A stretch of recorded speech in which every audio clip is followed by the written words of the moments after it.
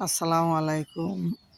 আপনারা দেখছেন বাংলাদেশি ছাদ বাগান। আজকে আমি একটা ম্যাজিক সার তৈরি করে দেখাবো।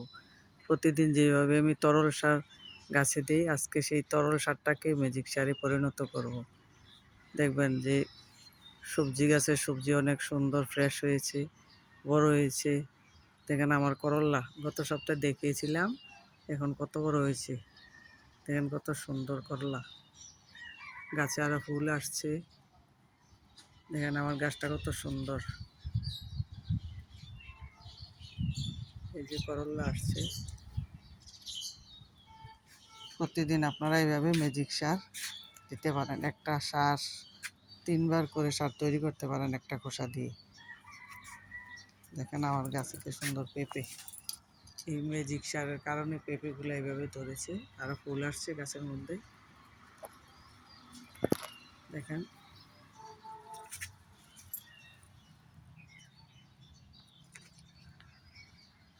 কত বড় পেঁপে।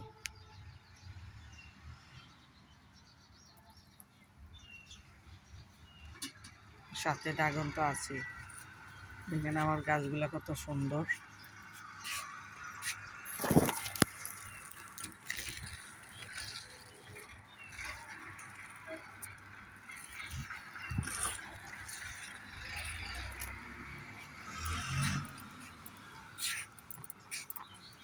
দেখেন গাছগুলা কত সুন্দর। প্রতিদিন আমি এই সবজির খোসা ভিজানো তরল সার দিই, যেটা ম্যাজিকের মতো কাজ করে। আজকে আমরা আবার এই তরল সারটাকে ম্যাজিক সার কীভাবে তৈরি করে আমি দেখাবো। একদিনের খোসা দিয়ে আপনি 3 দিন ভিজিয়ে রেখে এই সারটা তৈরি করতে পারেন। আমি কিন্তু প্রতিদিনের খোসা ভিজানো পানি প্রতিদিন গাছে দিয়ে দিই।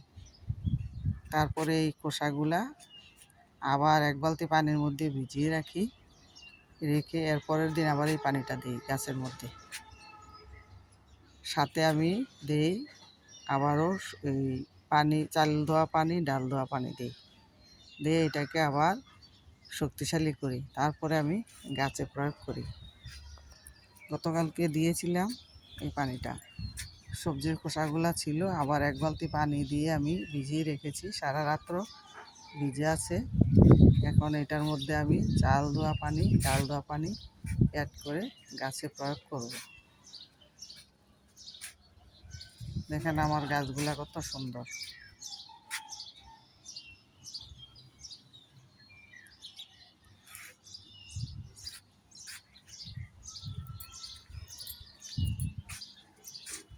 এই ম্যাজিক সার দেওয়ার কারণে আমার গাছগুলো এত সুন্দর। প্রতিদিন যদি সবজির খোসা না হয়, তাহলে এইভাবে একদিনের খোসাগুলা ভিজিয়ে রেখে 3 দিন দিতে পারেন। 3 দিন পরে আবার এটা মাটি চাপা দিয়ে রাখবেন। এরপরে এটা পচে আবার সারে পরিণত হবে। এই সার দিয়ে আবার গাছ লাগাতে পারবেন। আমি এইভাবেই গাছ লাগাই। আবার ডাইরেক্টও গাছে এইভাবে সবজির খোসা পচিয়ে দিতে পারেন। যদি আপনার ভালো না লাগে পানি দিতে, তাইলে আপনি কি করবেন, এই সবজির খোসাগুলো একটা টবের মধ্যে মাটি চাপা দিয়ে রাখবেন। 2-3 সপ্তাহ পরে ওই মাটিটা আবার গাছের গোড়ায় দিয়ে দিবেন।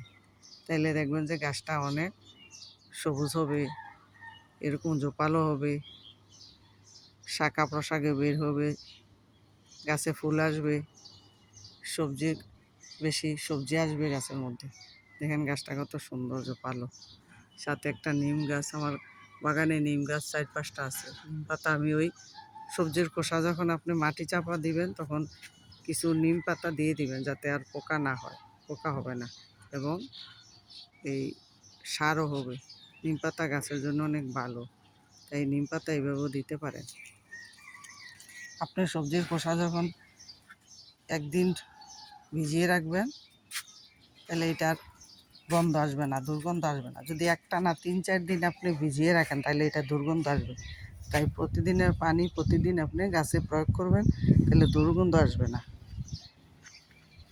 গতকালকে আমি পানিটা দিয়েছিলাম, আজকে আবার এই পানিটা দেবো, তাহলে দুর্গন্ধ আর নাই। যদি একটানা 3-4 দিন ভিজিয়ে রাখেন, তাহলে কিন্তু পানিটা দুর্গন্ধ হয়ে যায়, হাতে দুর্গন্ধ আসবে। তাই আমি আপনাদেরকে সকালবেলা একটু ডাল ধুয়ে পানি রেখেছি, এই যে দেখতে পাচ্ছেন চাল ধোয়া পানি, চাল ভিজিয়ে রেখেছিলাম, এটা এখন দেখাইতেছি আপনাকে কীভাবে চালটা ধুয়ে পানিটা অ্যাড করবেন। এই যে কেন এই সবজির খোসার মধ্যেই পানিটা এভাবে ঢেলে দিই।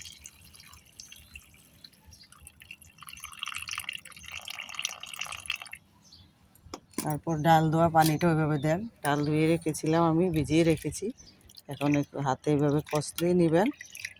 তারপর এটা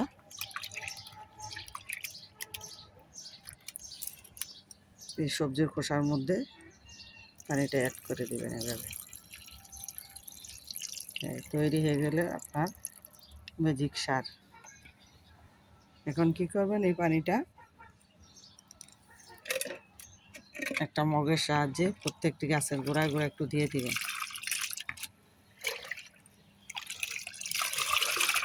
এই যে ম্যাজিক সার হয়ে গেল। এই সারটা আরও শক্তিশালী হয়েছে।